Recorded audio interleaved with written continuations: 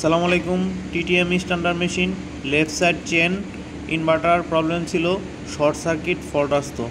Short circuit fault বিভিন্ন কারণে আসতে পারে, মোটর গ্রাউন্ড শর্ট থাকতে পারে, কেবল শর্ট সার্কিট থাকতে পারে। তো আমরা মোটর পরীক্ষা করেছি, ওমস ঠিক ছিল, গ্রাউন্ড শর্ট ছিল না, কেবলও ঠিক ছিল।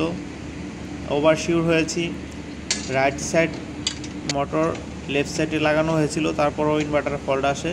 তো ইনভার্টারই প্রবলেম, সেটা আমরা করলাম। নতুন ইনভার্টার ছিল, নতুনটা আমরা ফিটিং করতেছি। স্নাইডার ইনভার্টার খুবই ভালো ব্র্যান্ড, লাইফ টাইম খুবই ভালো। তারপরও সব জিনিসের লাইফ টাইম থাকে। তো অনেক বছর চলার পরে দেখা গেলো কিছু কম্পোনেন্ট পার্টস ওগুলো ড্যামেজ হয়ে যায়, বিশেষ করে সিটিটা প্রবলেম হয়, রিপেয়ার করলে আবার ভালো চলে।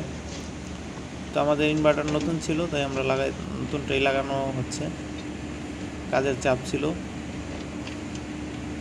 চেনের ইনভার্টার বিভিন্ন কন্ট্রোলিং ডিভাইস ব্যবহার করা হয়, ক্যান কাট, রিজলভার বা অথবা ইনকোটারের জন্য একটা সার্কিট ব্যবহার করা হয়।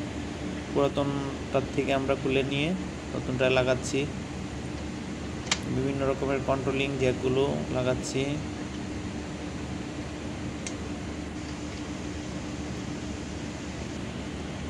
ভালো করে টাইট দিতেছি, লুজ কানেকশন থাকলে বিভিন্ন রকমের ফল্ট করে। পরের কভার লাগাচ্ছি, কিপ্যাড লাগানো হচ্ছে, স্মার্ট কিপ্যাড, HMIও বলে। এখন পাওয়ার দেব। প্যারামিটার পুরাতন যেটা ইনভার্টার ছিল ওটার থেকে আমরা কপি করে পেস্ট করে লোড দিয়েছি, অর্থাৎ এটা আমরা ভিডিওতে দিতে পারিনি, ভিডিও অনেক বড় হয়ে যাবে। নেক্সট ভিডিওতে আপনাদেরকে দেখাবো কিভাবে প্যারামিটার কপি করতে হয় এবং লোড করতে হয়। পাশে থাকবেন, ধন্যবাদ।